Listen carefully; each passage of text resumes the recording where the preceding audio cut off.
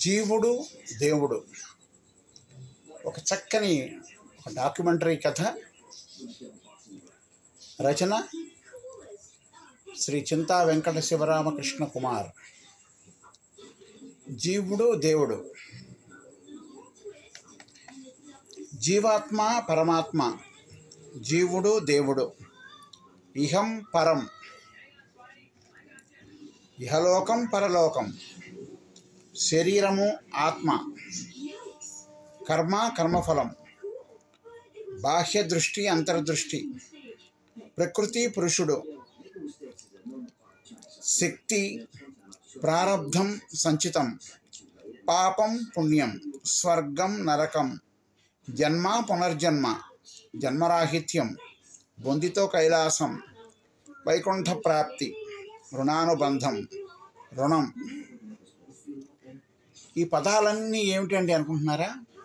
ఇవన్నీ కూడా ప్రతి మనిషికి సంబంధించినటువంటి వారు చేసేటువంటి కర్మలకు సంబంధించి, వారు పుణ్యకర్మలు చేస్తే పుణ్యలోకాలకి, పాపకర్మలు చేస్తే పాపలోకాలకి ఇలా పంపబడతారు అని మనకి శాస్త్రాలు పురాణాలు చెబుతున్నాయి. జీవుడు ఎవరు? ఎక్కడి నుంచి వచ్చాడు? అసలు వాడి ఉనికి ఎక్కడి నుంచి మొదలైంది? ఎలా మొదలైంది? దీనికి కారణభూతులు ఎవరు? ఎవరి వల్ల జీవి భూమి మీదకి వస్తున్నాడు? వచ్చి ఏం చేస్తున్నాడు? రుణాలు తీర్చుకోవడానికా, కర్మఫలం అనుభవించడానికా, లేక కొత్త కర్మలు చేసి కొత్త పాపాలు చేసి వాటిని అనుభవించడానికా? ఎందుకు వస్తున్నాడు? మరలా అర్ధాంతరంగా ఎందుకు వెళ్ళిపోతున్నాడు? ఎక్కడి నుంచి వస్తున్నాడు? తిరిగి ఎక్కడికి వెళుతున్నాడు? ఎవరికైనా తెలుసా? ఎంతో సాధన చేసి ఋషులు మునులు దీని మర్మాన్ని కనిపెట్టారు. అసలు వారికి తెలుసా ఎక్కడి నుంచి వచ్చారో, చివరికి ఎక్కడికి వెళ్తారో? మానవ మేధస్సును తొలిచేస్తున్నటువంటి అతిపెద్ద ప్రశ్న ఇది. దీనిని ఎవరూ ఛేదించలేకపోతున్నారు. అసలు ఈ భూమి ఎప్పటి నుంచి ఉంది? గ్రహాలు ఎప్పటి నుంచి ఉన్నాయి? గ్రహాలన్నీ సూర్యుని చుట్టూ తిరుగుతుంటాయని పరిశోధించి కనుగొన్నారు. మహావిశాల విశ్వం ఎప్పటి నుంచి ఏర్పడినది? దీనికి మొదలు ఎక్కడ? దీని పరిధి ఏమిటి? ఆది ఎక్కడ? అంతం ఎక్కడ? దీనిని పరిపాలించే వాళ్ళు ఎవరు? ఎక్కడ ఉంటారు? మనం మన కళ్ళతో చూడగలమా? ఇది సాధ్యమేనా? అదే సాధ్యమైతే ఎంతమంది చూశారు? ఎక్కడ చూశారు? వారు ఇప్పుడు ఎక్కడ ఉన్నారు? ఈ అనుభూతిని మనం పొందగలమా? అది సాధ్యమేనా? ఈ అనంతకోటి విశ్వంలో ఎన్నో లక్షల జీవరాశులు పుడుతున్నాయి, మరణిస్తున్నాయి. కొత్త కొత్త జీవాలు పుడుతున్నాయి, మరలా మరణిస్తున్నాయి. వీటిని ఎవరు సృష్టిస్తున్నారు? ఆ సృష్టికర్త ఎక్కడ? లక్షల కోట్ల జీవరాశులు, జీవజాతులు, వృక్షాలు, సముద్రాలు, మహాపర్వతాలు, మహాసముద్రాలు, అగ్నిపర్వతాలు, ఇవన్నీ ఎవరి వల్ల ఏర్పడ్డాయి? మనిషి వల్ల ఇది సాధ్యమేనా? ఇవన్నీ మనిషి సృష్టించగలడా? జీవుడు ఎవరు? దేవుడు ఎవరు? ఇద్దరు ఒకటేనా లేక వేరువేరా? దేవుడు జీవుని గర్భాన జనించలేదా? అలాంటప్పుడు దేవుడు జీవుడు ఒకటే కదా? కాదా? కాదంటారా? దైవం మానుష రూపేణ అంటారు కదా. అంటే దేవుడు మానవ రూపం ధరించి ఈ భూమి మీద నడయాడుతున్నాడు అంటారు. తానే స్వయంగా దర్శనమిచ్చి ఈ మానవ జాతిని ఉద్ధరించడానికి వచ్చాడు కదా అనేది ఒక వాదన ఉంది. మరొకరు వాదనలో దేవుడు అన్ని ప్రాణుల రూపంలో, అన్ని జంతువుల రూపాలలో తిరుగుతున్నాడని అంటారు. సందర్భానుసారంగా శ్రీ మహావిష్ణువు అనేక జంతువుల అవతారాలు ధరించారు, ధర్మస్థాపన చేశారు, ధర్మాన్ని కాపాడారు అంటారు కదా. అది నిజమే కదా. దేవుడు అంటే ఎలా ఉంటాడు? అసలు స్వర్గం నరకం ఉన్నాయా? ఉంటే అవి ఎక్కడున్నాయి? ఎవరైనా చూసి వచ్చారా? అవి ఎలా ఉంటాయి? బ్రహ్మలోకం, కైలాసం, వైకుంఠం ఉన్నాయా? ఉంటే అవి ఎలా ఉన్నాయి? ఎక్కడ ఉన్నాయి? వీటిని ఎవరన్నా దర్శించారా? తిరిగి వచ్చారా? ఇవి ఇలా ఉంటాయి అని అందరికీ తెలియజేశారా? దైవం ఎలా ఉంటారు? ప్రత్యక్షంగా ఎవరైనా దర్శించారా? లేక ఊహాజనితంగా వారు ఇలా ఉంటారు అని భావిస్తున్నారా? దైవం యొక్క ప్రధాన లక్షణాలు ఏమిటి అని ఆలోచిస్తే సత్యం, ధర్మం, శాంతి, ప్రేమ, అహింస, సర్వమానవ సౌభ్రాతృత్వం, సర్వమానవ సమానత్వం, సర్వజీవకోటి యందు జాలి, దయ, ప్రేమ కలిగి ఉండడం, ఇవే దైవానికి ఉండేటువంటి ప్రధాన లక్షణాలు.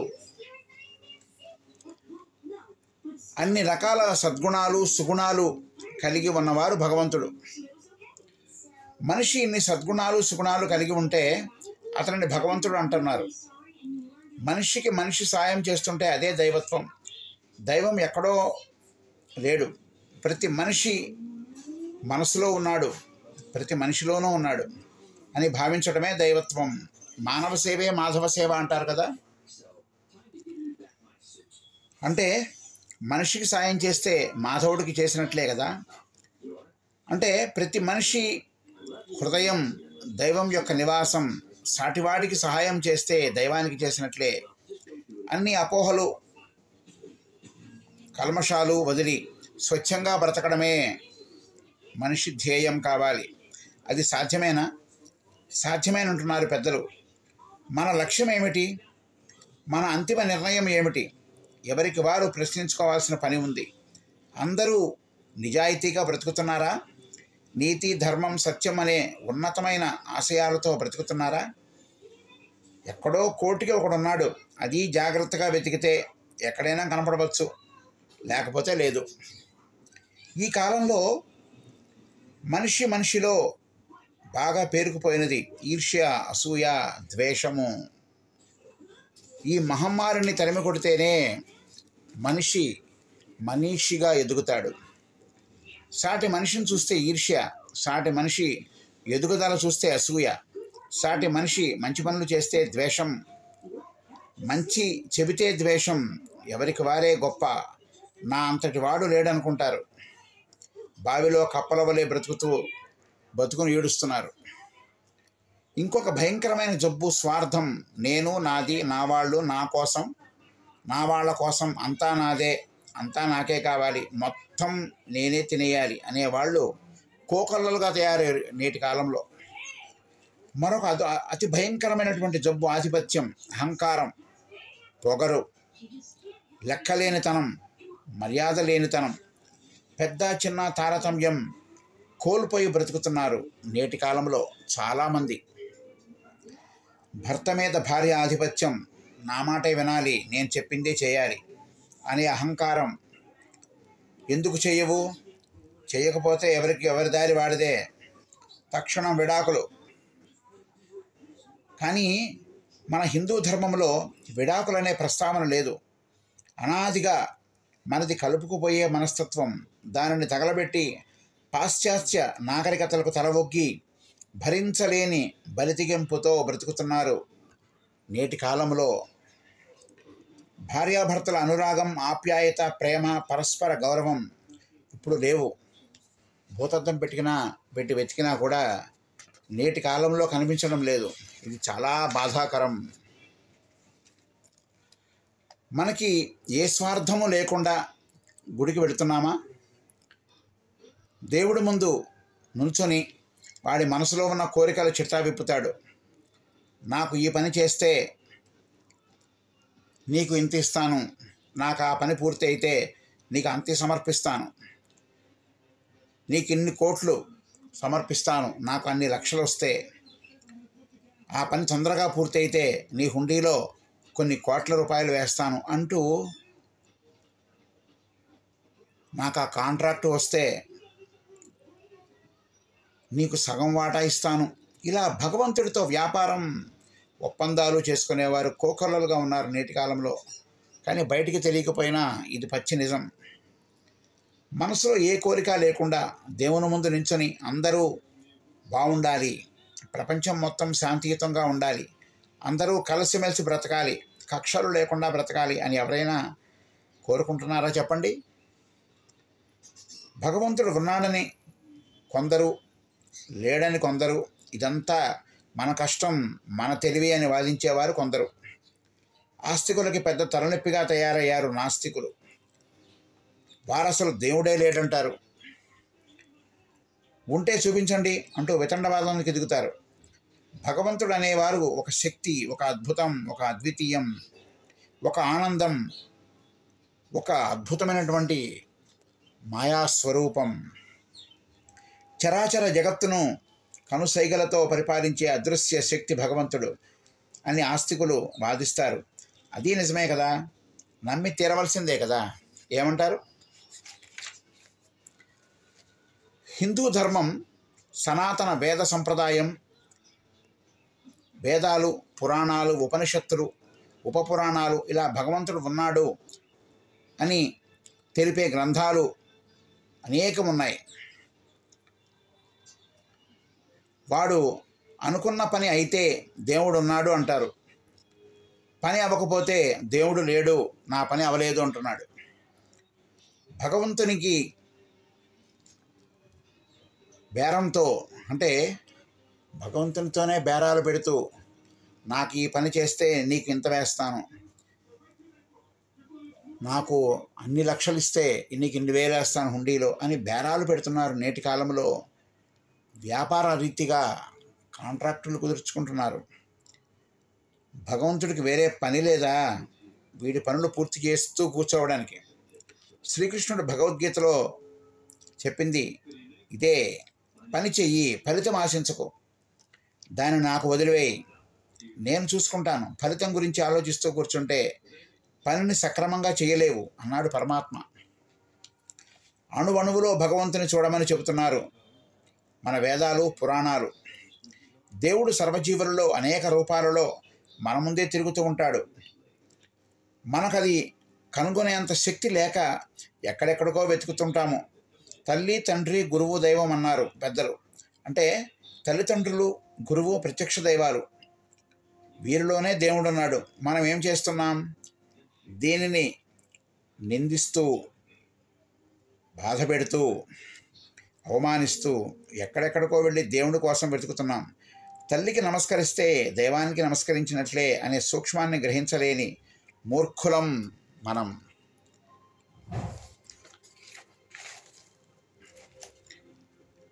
భగవత్ స్వరూపులైన శ్రీరాముడు, శ్రీకృష్ణుడు కూడా వారి తల్లిదండ్రుల మాట జవదాటక వారే దైవాలుగా భావించి వారు లోకానికి ఆదర్శ పురుషులుగా నిలిచారు. తండ్రి మాటకై శ్రీరాముడు అడవులకు వెళ్ళిపోయాడు. అంతటి ధర్మమూర్తి పుట్టిన ఈ పుణ్యభూమిలో మనం ఏం చేస్తున్నాం? ఆస్తి కోసం తల్లిదండ్రులను హతమారుస్తున్నాం. ఇటువంటి వారిని భగవంతుడు క్షమిస్తాడా? పుట్టగతులు ఉంటాయా చెప్పండి? మానవ జన్మ యొక్క పరమార్థం పరోపకారం. ఇతరులకు సేవ చేస్తే భగవంతుడికి చేసినట్లే. ఆ సేవ అంతా భగవంతుడికే చెందుతుంది. మనకు ఇతరులు ఏమి చేస్తే మనం బాధపడతామో దానిని ఇతరులకు చేయకుండా ఉండటమే పరమార్థం. అనుక్షణం అప్రమత్తంగా ఉండాలి. మృత్యువు ఎటు నుంచి వచ్చి మనలను కబళిస్తుందో ఎవరికీ తెలియదు. వీలైనంత వరకు అందరికీ మంచి చెయ్యి, చెడు చెయ్యకు. ఆ ఆలోచనే మనసులోకి రానియకు. మానవ జన్మ అత్యంత దుర్లభమైనది. ఎన్నో లక్షల జీవరాశులలో మనిషి పుట్టుక ఒక అద్భుత వరం. ఈ మానవ జన్మ మాత్రమే సార్థకమైనది. ఎందుకంటే మనకు జ్ఞానాన్ని, మాట్లాడే లక్షణాన్ని ఇచ్చాడు. కాబట్టి ఏ జీవికి లేనటువంటి అద్భుతమైనటువంటి వరం ఆలోచన శక్తి, జ్ఞానము. కాబట్టి ఈ మానవ జన్మ పొందినందుకు మనం ఎంతో సంతోషించాలి. భగవంతుడికి కృతజ్ఞత చెప్పాలి. ఏది మంచో ఏది చెడో తెలుసుకొని మసలుకునేటువంటి అవకాశాన్ని ఇచ్చాడు దేవుడు. కానీ ఈనాడు మనిషి మృగం కన్నా హీనంగా ప్రవర్తిస్తూ ఆలోచనని విచక్షణని కోల్పోయి క్షణికావేశంలో ప్రాణాన్ని మానాన్ని హరిస్తూ సమాజానికి చీడపురుగులాగా తయారయ్యాడు. అటువంటి వారిని తక్షణం హతమార్చకపోతే చాలామందికి భవిష్యత్తు లేకుండా చేస్తారు. అటువంటి క్షుద్రులను తక్షణం చంపేయాలి, సమాజం నుంచి వెలివేయాలి, దూరంగా తరిమి కొట్టాలి. ఈ కాలచక్రంలో ఎంతోమంది పుడుతున్నారు, తిరిగి చనిపోతున్నారు. ఎవరూ వెంట పట్టుకుపోయేది ఏమీ లేదు. రేపు మనం మరణిస్తాం తథ్యం అని తెలిసి కూడా మనిషివాడు చెడు గుణం మార్చుకోడు, స్వార్థం వేడడు, పరహింస మానడు. కాబట్టి రేపు మన మరణం తథ్యం అని తెలిసి కూడా మూర్ఖంగా మనిషి ఒక స్వార్థమైనటువంటి రెండు కాళ్ళ జంతువుగా భావిస్తూ వాడి స్వార్థమే వాడు చూసుకుంటున్నాడు తప్ప మనకి కూడా ఆ మరణం సంభవిస్తుంది కదా అని భయం లేకుండా బ్రతుకుతున్నాడు.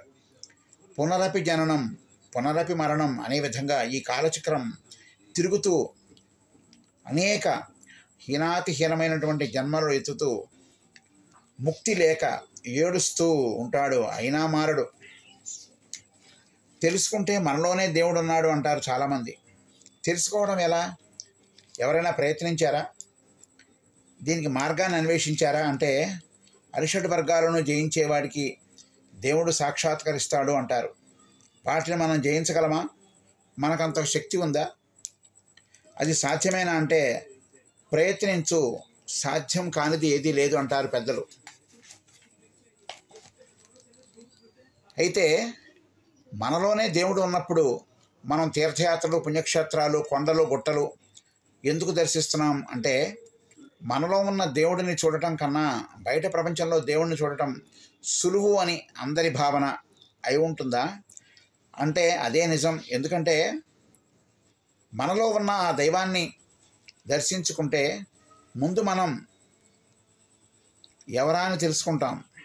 ఎక్కడి నుంచి వచ్చాం, ఎందుకు వచ్చాం, మన కర్తవ్యం ఏమిటి, ఏం సాధించడానికి మనం పుట్టాం, మన వల్ల ఎవరికైనా ఉపయోగం ఉందా, సమాజానికి మనం ఏమైనా ఉపయోగపడుతున్నామా అని శోధిస్తూ పోతే కొంతకాలానికి, కొన్ని ఏళ్లకు, చివరకు కొన్ని జన్మల తర్వాత అయినా కూడా మనం దాన్ని కనుగొనటం జరుగుతుంది. అదే నిజం. నిన్ను నువ్వు తెలుసుకున్న రోజున, నీలో ఉన్న దైవాన్ని తెలుసుకున్నప్పుడు మనిషి మహనీయునిగా మారతాడు.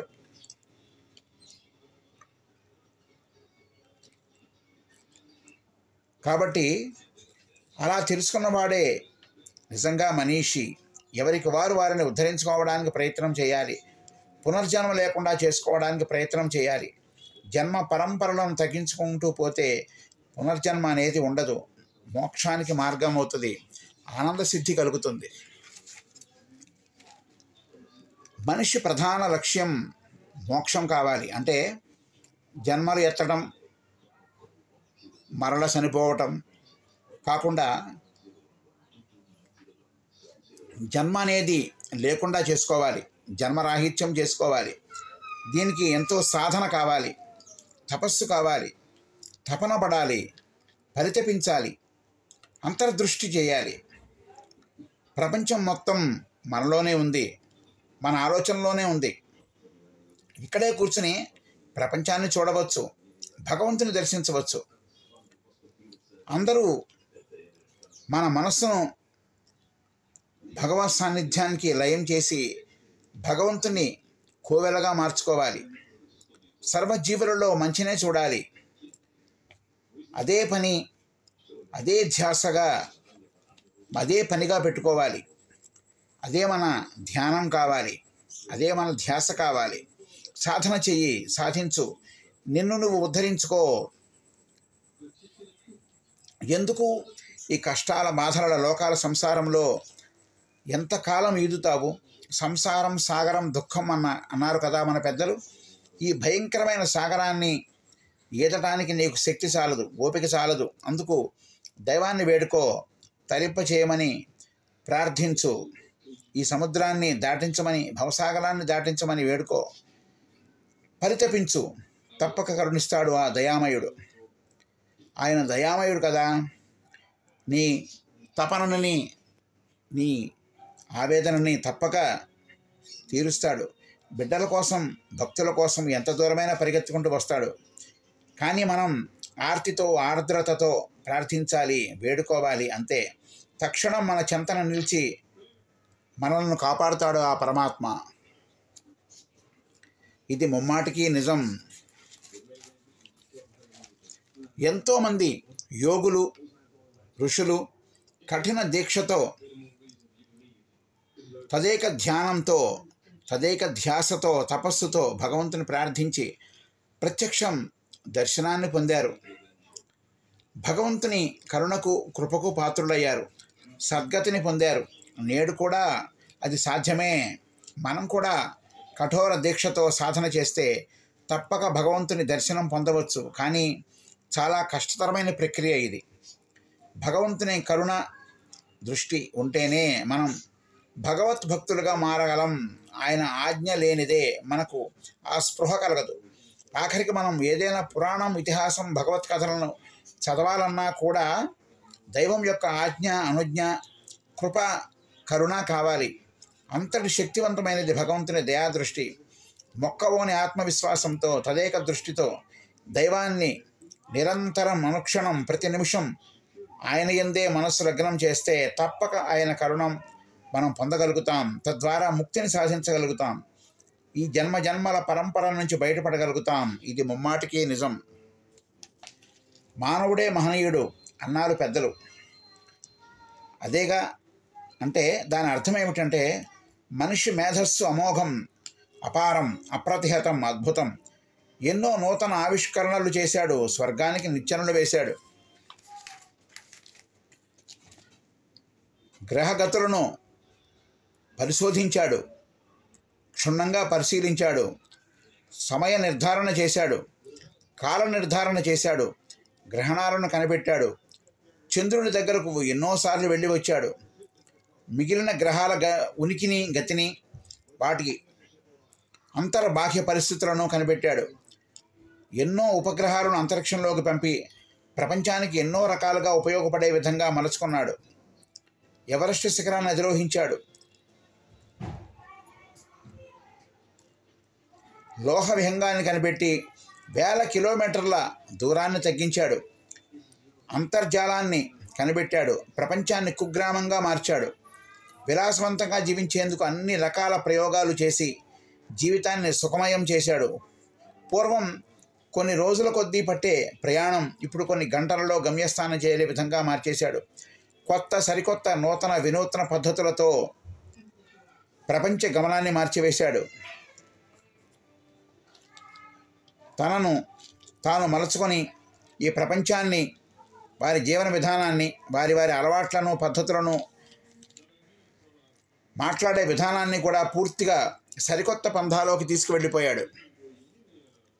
ఒక్క మాటలో చెప్పాలంటే సరికొత్త ప్రపంచాన్ని ఆవిష్కరించాడు. సరికొత్త నూతన విధానాన్ని సృష్టించాడు. అందుకే మానవుడే మహనీయుడు, మాననీయుడు. సృష్టిలోని అణువణువులోనూ నిండి ఉన్నటువంటి భగవంతుని ఒక విగ్రహానికి పరిమితం చేసి 4 గోడల మధ్య చూస్తూ అక్కడే దైవం ఉన్నాడని భ్రమలో బ్రతుకుతున్నాం. కాబట్టి ఈ భ్రమను వీడాలి. మనిషి చరాచర జగత్తునంతా ఆవిష్కరించి ఉన్నటువంటి భగవంతుని దర్శించగలగాలి. పశువులోను, పక్షులలోను, జీవంలోను, జీవమున్న వృక్షాలలోను, జలంలోను, నీరు, అగ్ని, భూమి, ఆకాశంలోను, సృష్టిలోని సమస్త భూతాలలో సంచరించే ఆదిదైవం చూడగలిగితే అంతటా తానే ఉన్నాడు. కానీ నమ్మకం, ఓపిక, దృఢచిత్తం, అచంచల విశ్వాసం ఉంటే తప్పక ఇవన్నీ మనం చూడగలుగుతాం. సృష్టిలో ప్రతి అణువులోనూ, అణువణువులోనూ భగవంతుడే ఉన్నాడు. అనాదిగా మనిషికి, దైవానికి దగ్గర అనుబంధం ఉంది. భగవంతుడు జీవజంతు జలాన్ని, జ్ఞానమున్న మనిషిని సృష్టిస్తే మనిషి దేవునికి ఒక రూపం కల్పించుకొని ఒక విగ్రహాన్ని ఊహించి దానికి చక్కని రూపాన్ని ఇచ్చి విగ్రహ రూపంలో కొలుచుకుంటున్నాడు. నిజానికి భగవంతుడు నిరాకారుడు. ఆయనకు ఒక నిర్దిష్ట రూపం ఆకారం లేవు. ఏ జీవిలో ఉంటే ఆ రూపాన్ని, పంచభూతాలలో దేనిలో ఉంటే ఆ ఆకారాన్ని ధరించి జీవులను కాపాడుతున్నాడు. కానీ మనిషికి ఉన్న చిన్న మెదడు, దృష్టి ఆ రూపాన్ని చూడలేక, చూసి తట్టుకోలేక ఒక చక్కని రూపాన్ని ఊహించుకొని అందంగా మలుచుకొని నిత్య ధూపదీప నైవేద్యాలతో ఆరాధించుకుంటున్నాడు. తనలో తానే సంతోషపడిపోతున్నాడు, తృప్తి పడుతున్నాడు. నిజానికి ఒక రకంగా చెప్పాలంటే విగ్రహారాధన వల్ల కూడా కొంత ఉపయోగం ఉంది. మనస్సు నిశ్చలమవుతుంది. దృష్టి ఒకచోట కేంద్రీకరింపబడుతుంది. దాని వలన సాధన, ధ్యానం కుదురుతాయి. భక్తికి మొదటి మెట్టు విగ్రహారాధన, సాకార స్వరూపం ఆరాధన. దీనిలో బాగా పండిపోతే నిశ్చల మనస్సు కుదిరి నిరాకార భగవంతుని కోసం ప్రయత్నం ఫలిస్తుంది. విగ్రహారాధన దేవుని మనకు అందించినటువంటి సులువైన సాధనం. మనసును ఒకచోట కేంద్రీకరించడం అందరికీ సాధ్యం కాదు. దేవుని మీద నమ్మకం కలగాలంటే ఒక రూపం కావాలి. అందువల్ల హిందూ ధర్మంలో ప్రతి దేవతలకు ఒక రూపం, విగ్రహం ఏర్పాటు చేసుకున్నారు. సాకారం నుంచి నిరాకారం వరకు, సామాన్య భక్తి నుంచి ధ్యానం, తపస్సు, చక్రాలలో ప్రయాణం, సహస్రారం వరకు చూసే చక్కని సాధన. ఆ స్థితి నుంచి ఆ పరమాత్మ దర్శనం ఒక అద్భుతం. సాధనమున పనులు సమకూరు ధరలోన అంటారు కదా. నిరంతర ధ్యానం, సాధన మనిషి మహామనిషిగా, మహనీయునిగా మార్చుతాయి. ఇది ఎంతోమంది నిరూపించిన సత్యం. ఇదే మన సనాతన హిందూ దివ్య భవ్య సంస్కారం. ఇదే మన భారతీయ తత్వం. మన వేదాలు, పురాణాలు ఏం సందేశం ఇస్తున్నాయి? సత్యమే భగవంతుడు, ధర్మమే భగవంతుడు, తల్లే దైవం, తండ్రే దైవం, గురువే దైవం, అతిథే దైవం. ఇలా దేవుడు ఎక్కడో ఉన్నాడని వెతికే వారికి దైవత్వాన్ని అర్థమయ్యే విధంగా, వారి జన్మ సార్థకమయ్యేటట్లుగా పురాణాలు, ఇతిహాసాలు మనకేం తెలియజేసినాయి? మాతృదేవో భవ, పితృదేవో భవ, ఆచార్యదేవో భవ అన్నారు కదా. అలాగా దైవాన్ని తల్లిలో, తండ్రిలో, గురువులో చూసుకో.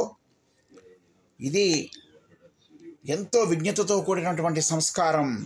మన వేదాలు చెప్పినటువంటి అద్భుతమైనటువంటి సూక్ష్మం. మన పురాణ పురుషులైనటువంటి హరిశ్చంద్రుడు, శివచక్రవర్తి, రంతిదేవుడు మనకేం సందేశం ఇచ్చారు? సత్యాన్ని నమ్మిన హరిశ్చంద్రుడు చివరకు చిరస్థాయిగా నిలిచిపోయాడు. ఒక చిన్న జీవి కోసం తన శరీరం త్యాగం చేసినటువంటి శివచక్రవర్తి మనకు ఆదర్శం. సాటి మనిషిలో ఆకలిని, ఆర్తిని, బాధని చూసి తనకున్నదంతా త్యాగం చేసిన రంతిదేవుడు మన జాతికి గర్వకారణం. కర్ణుడు ఒక అద్భుత దానగుణ సంపన్నుడు. మిగిలిన విషయాలు ప్రక్కన పెడితే ఆయన దానగుణం అజరామరం. తనకు ఆపద ఉందని తెలిసినా కూడా తనకున్న సహజ కవచ కుండలాలను దానం చేసిన మహనీయుడు కర్ణుడు.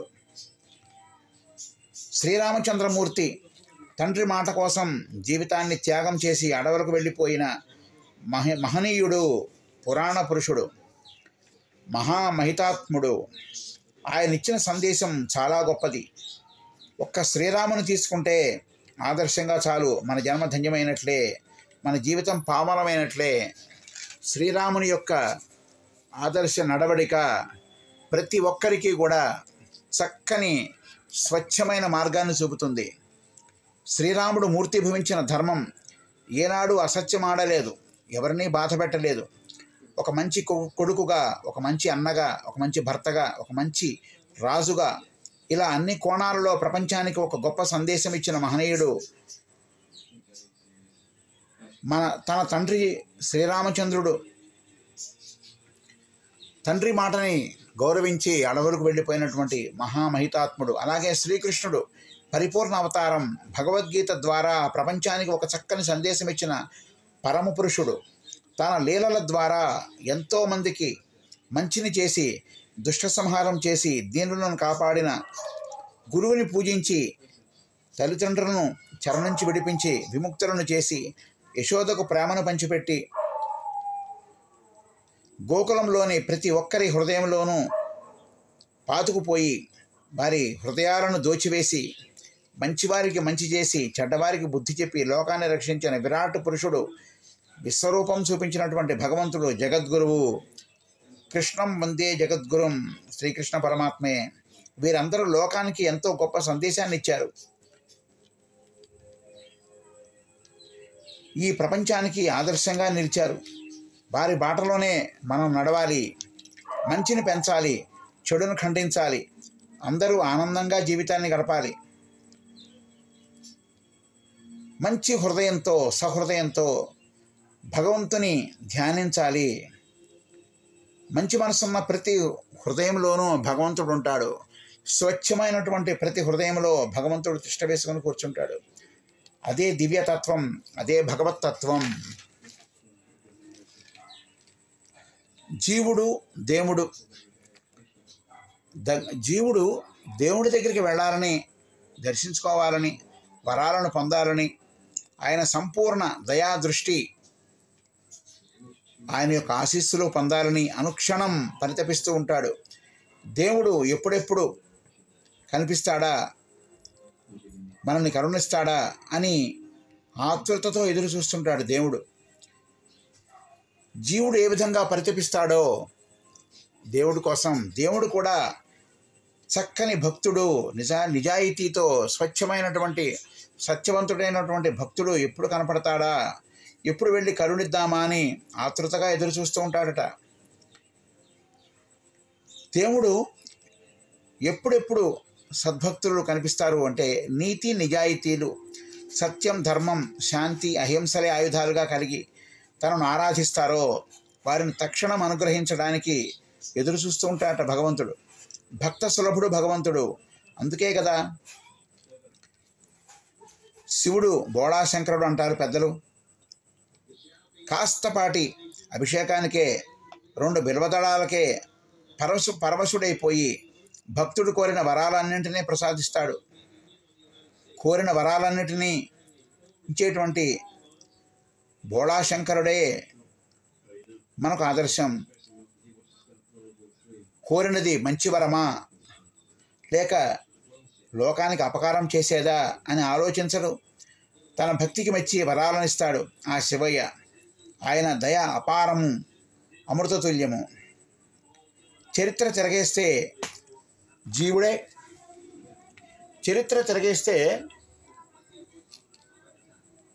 జీవుడే దేవుడయ్యాడు.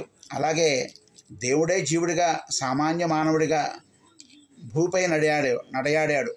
మొదటి నుంచి వీరిద్దరికీ అన్యోన్య అవినాభావ అభేద్యమైనటువంటి అనుబంధం ఉంది. ఇది చరిత్ర ఇప్పినటువంటి నిజం. ఇదే నిజం. జీవుడు దేవుడిగా మారవచ్చు.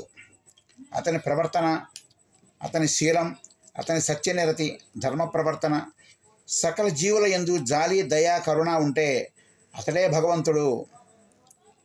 నిస్వార్థ సేవే దైవతత్వం. అదే నిజమైనటువంటి మానవ జన్మకు పరమార్థం.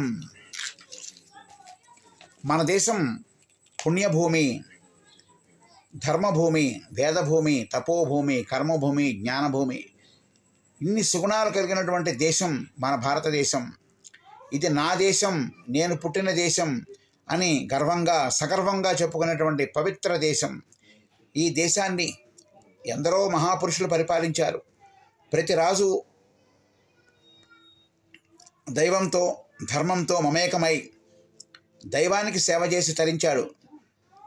చరిత్రలో ఉన్నటువంటి అతి గొప్ప మహనీయులుగా నిలిచిపోయినటువంటి ఎంతోమంది రాజులు తమ జీవితాలని సార్థకతం చేసుకున్నారు. అనుక్షణం వారు దైవానికి ఏదో చేయాలి, అనుక్షణం ఏదో ఒక సేవ చేయాలి అని ఆలోచిస్తూనే గడిపారు, పరితపించారు. తమ వంతు చక్కని దైవ సేవ చేసి భగవంతుని కృపా కటాక్షాలను పొందారు. హిందూ ధర్మాన్ని లోకానికి చాటి చెప్పారు. భగవంతునికి మణులు మాణిక్యాలు, భూములు, అగ్రహారాలు, నిత్య కైంకర్యాలు అన్నీ సమకూర్చి వారి జన్మను సార్థకత చేసుకున్నారు. వారి బాటలోనే ఎందరెందరో రాజులు నడిచారు, సేవలందించారు, చరిత్రలో నిలిచిపోయారు. అంటే భగవంతునికి ఉనికిని వెతకి ఆ ఆనందంలో ఆయన కోసం, ముక్తి కోసం ప్రతిక్షణం పరితపించారు మహనీయులు. ఎందరో వాళ్ళ జన్మలను సార్థకత చేసుకున్నారు. యోగులు, ఋషులు, తపస్సులు, మహాభక్తులు ఎందరో దైవం కోసం జీవితాలను సర్వం ఆయనకి సమర్పించారు. సర్వసంగ పరిత్యాగం చేశారు, నిస్వార్థ సేవతో జీవించారు. సర్వస్య శరణాగతి చేసి అన్నీ నీవే, మంచైనా చెడైనా అంతా నీదే భారం అని సర్వం భగవదర్పితం చేసి మోక్షానికి మార్గాన్ని వెతుక్కున్నారు. పునర్జన్మ లేకుండా చేసుకున్నారు.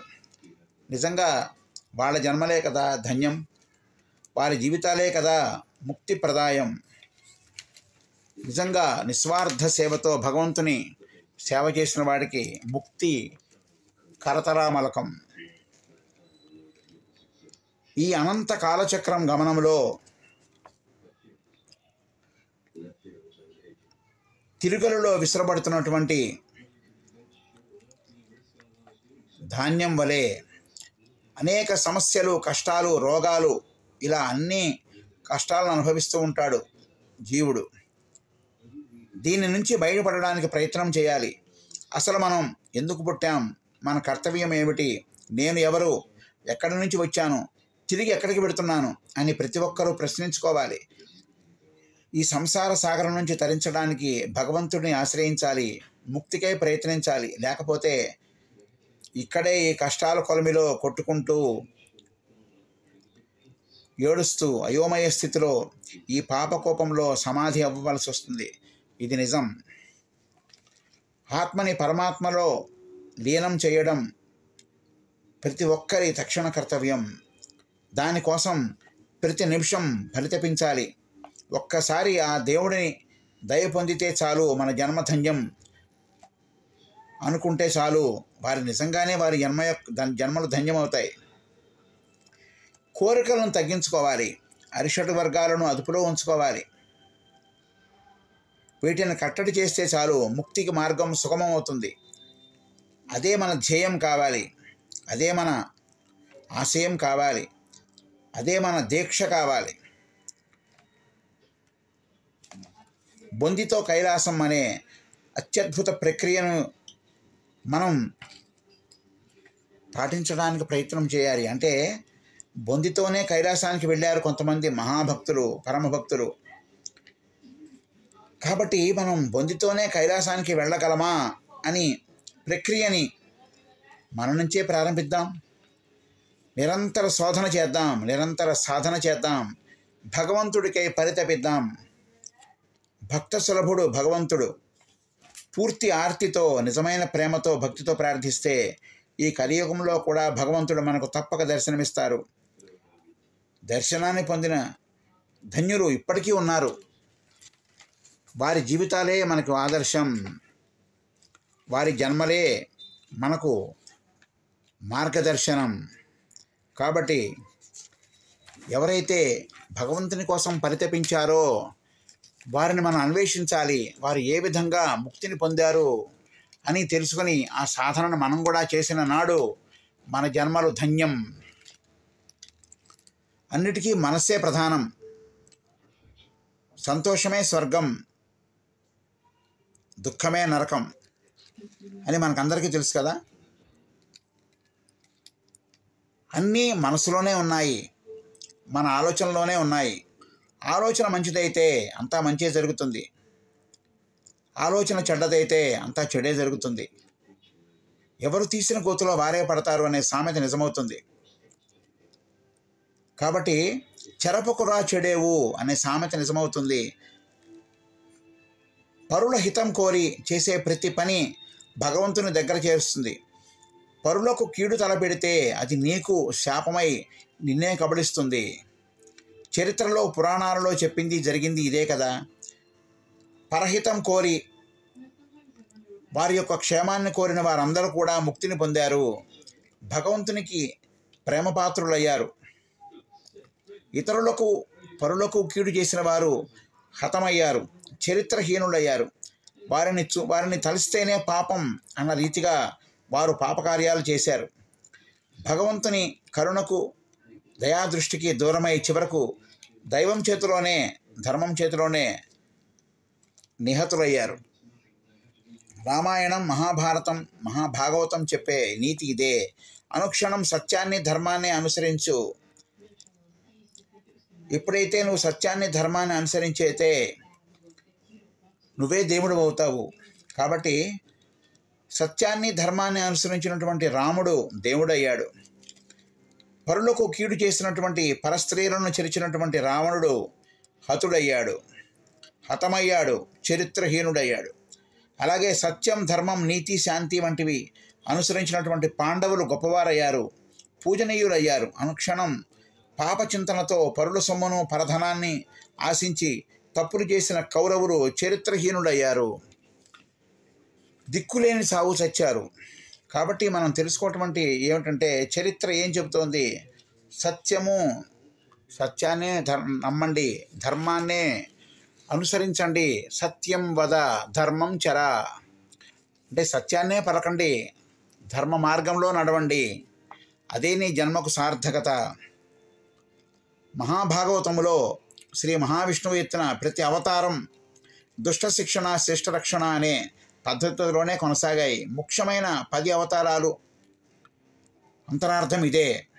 ప్రతి అవతారంలో రాక్షస సంహారం చేసినటువంటి శ్రీ మహావిష్ణువు సజ్జన పరిరక్షణే ధ్యేయంగా లోకానికి కీడు తలపెట్టే ప్రతి సందర్భంలో దేవుడు అవతరించి దుష్టులను హతమార్చి వారికి బుద్ధి చెప్పి వారిని దునుమాడి లోకానికి క్షేమం అందించినటువంటి పరమాత్మ ఎల్లప్పుడూ భక్తికి దాసుడే. ఎన్నో శిక్షలు అనుభవించిన ప్రహ్లాదుని దయతో అతి భయంకరమైనటువంటి నరసింహ రూపంలో దుష్ట హిరణ్యకశిపుని అతి దారుణంగా హతమార్చాడు నరసింహస్వామి. భక్తి మాత్రమే ప్రధానం.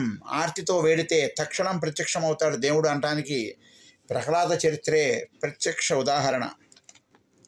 లోకకంటకులైన రాక్షసులను వధించడమే పరమాత్మ ప్రథమ కర్తవ్యం.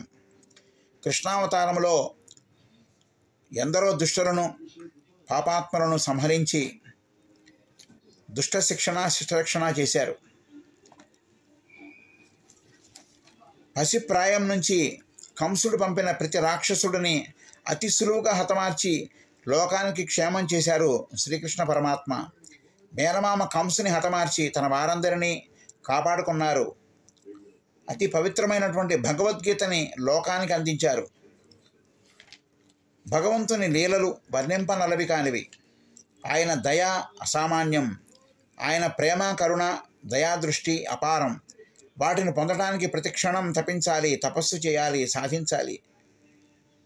వేరే మార్గమేమీ లేదు. ఇదే మన జీవితానికి నిజమైన సార్థకత. జీవుడు ఎప్పుడూ దేవునిలో ఐక్యమవుతాడా అని ఎదురు చూస్తూ ఉంటాడు. అలాగే దేవుడు తన భక్తుడు ఎప్పుడు తనని పిలుస్తాడా, ఎప్పుడెప్పుడు తొందరగా వెళ్ళి అతనిని అనుగ్రహిద్దామా అంటూ ఎదురు చూస్తూ ఉంటాడట. అది జీవుని దేవుని యొక్క అవినాభావ సంబంధం. భక్తుని కోసం భగవంతుని కోసం భక్తుడు తాపత్రయపడుతూ ఉంటారు. ఈ జన్మ ఎత్తినది ఎందుకో తెలుసుకొని దానికోసమే ప్రాకులాడాలి. సత్కార్యాలు చేయాలి, దీన జన సేవ చేయాలి, సమాజహితంగా పనిచేయాలి, అవసరమైన వారికి తన వంతు సహాయం అందించాలి. అదే భగవంతుడికి దగ్గర చేస్తుంది, ముక్తిధామానికి చేరుస్తుంది. మరల జన్మ ఎత్తకుండా ప్రయత్నం చేయాలి. జన్మల పరంపరలో నలిగిపోతూ అనేక జన్మలెత్తుతూ కష్టాలు అనుభవిస్తూ మరలా జన్మలెత్తుతూ ఎప్పటికీ ముక్తి. అందుకే మనసుని దైవం మీదకి మళ్లించాలి, ధ్యానం చేయాలి, మనసుని అంతర్లీనం చేసుకోవాలి. అంతర్దృష్టి వల్ల విషయ వాసనలు దూరమవుతాయి. తద్వారా కోరికలు నశిస్తాయి, వ్యామోహాలు నశిస్తాయి, పరచింతన నశిస్తుంది, దైవం మీద చింతన పెరుగుతుంది. తద్వారా మోక్షానికి ముక్తికి మార్గం సుగమం అవుతుంది. దానికై ప్రయత్నించడం ఈ జన్మ ప్రథమ కర్తవ్యం. అదే మన యొక్క జన్మకు సార్థకత. ప్రతి మనిషి సద్గ్రంథ పఠనం చేయటం అలవాటు చేసుకోవాలి. అందులో ఉన్న నీతిని, ధర్మాన్ని గ్రహించాలి. అందులో ఉన్న పాత్రల ద్వారా వ్యక్తమైన సందేశాన్ని తెలుసుకోవాలి. చిన్నతనం నుంచే మంచి పద్ధతులు అలవాటు చేసుకోవాలి. పెద్దలను, గురువులను గౌరవించడం నేర్చుకోవాలి. రామాయణ, భారత, భాగవతాలు చదవడం ద్వారా శ్రీరాముని ధర్మనిరతి, సత్యనిరతి, ధర్మరాజు యొక్క ధర్మనిరతి, నీతి నిజాయితీలు, వినయ విధేయతలు, శ్రీకృష్ణుని జ్ఞానబోధ అన్నీ చిన్నతనం నుంచి అలవాటు చేసుకోవాలి. దాని ద్వారా మంచి పద్ధతులు అలవాటు అవుతాయి. సమాజానికి మన వల్ల ఉపయోగం ఉంటుంది. తను పొందిన జ్ఞానం తన బిడ్డలకు చెప్పడం ద్వారా వారు మంచి మార్గంలో నడుస్తారు. వారి ద్వారా మరికొందరు ఆ మార్గాన్ని పెడుతూ వారి జన్మలను సార్థకతం చేసుకుంటారు. వారి ద్వారా మొత్తం సమాజం బాగుపడుతుంది. తద్వారా గ్రామం, తద్వారా నగరం, తద్వారా దేశం అలా అంచెలంచెలుగా ఎదుగుతూ సమాజ ప్రక్షాళన అవుతుంది. సర్వే జనా సుఖినో భవంతు అంటే సమస్త లోకా సుఖినో భవంతు, లోకా సమస్త సుఖినో భవంతు అనే మంత్రాన్ని ప్రతి ఒక్కరూ అనుసరించినప్పుడే భూలోకం ఆనందలోకం అవుతుంది, స్వర్గధామం అవుతుంది. అంటే సర్వే జనా సుఖినో భవంతు అంటే ప్రజలందరూ సుఖంగా ఉండాలి.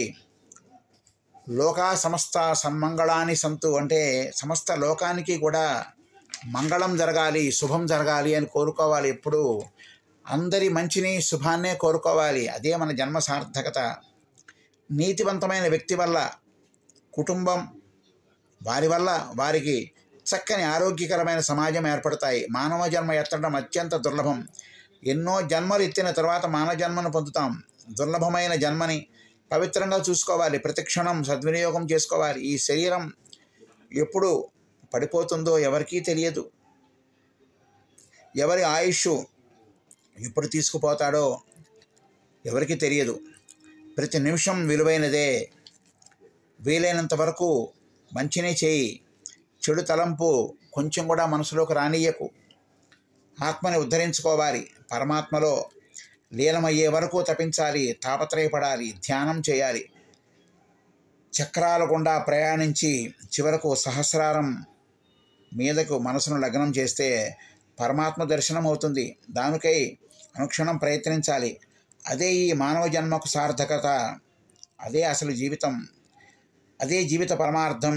జీవన్ముక్తుడిగా మారాలి. మనసును సద్గుణాల వైపు మరలించాలి. సద్గుణాలను, మంచిని, కీర్తిని ఈ భూమిపై వదిలి వెళ్ళాలి. అప్పుడు ప్రతి మనిషి బ్రతికున్నట్లే. వారికి ఎప్పటికీ మరణం లేదు. ఇదే జన్మ సార్థకత. కీర్తిశేషులుగా అంటే కీర్తినే ఆభరణంగా ధరించి ఎప్పటికీ అజరామరత్వాన్ని పొందాలి. మరణించినా కూడా జీవించే ఉన్న విధంగా బ్రతుకుని సార్థకతం చేసుకోవాలి.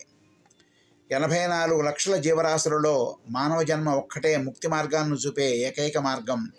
ఇదే ఏకైక జన్మ. సమయం వృధా చేయకుండా నిత్యం దీక్షగా పరమాత్మ కోసం పరితపించినప్పుడే ఆయన మన దగ్గరకు వచ్చి మనలను తన దగ్గరకు తీసుకుంటాడు.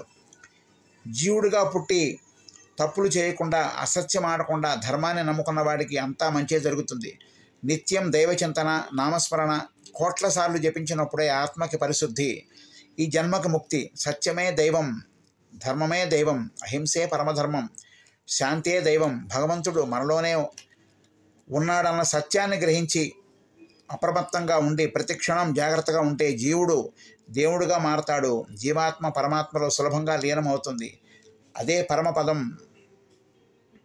ఈ జన్మను పవిత్రంగా ఉంచుకొని వారికి, మీ జీవితాన్ని కాపాడుకున్న వాడికి దైవం సులువుగా ప్రత్యక్షమవుతాడు. అందుకై ప్రతివారు ప్రయత్నం చేయాలి, పరితపించాలి, పునర్జన్మ లేకుండా చేసుకోవాలి. అదే నీ జన్మ నిజమైనటువంటి జన్మకు సార్థకత. అట్లా చేస్తే నీ జన్మ ధన్యమైనట్లే.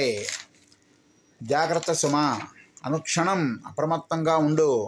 నీ జీవితాన్ని సార్థకత చేసుకో. అనుక్షణం భగవంతుని ధ్యానంలో గడుపు. మన ఏకైక లక్ష్యం ముక్తి మార్గమే కావాలి, మోక్ష మార్గమే కావాలి. మరలా జన్మజన్మల పరంపరలో పడకుండా,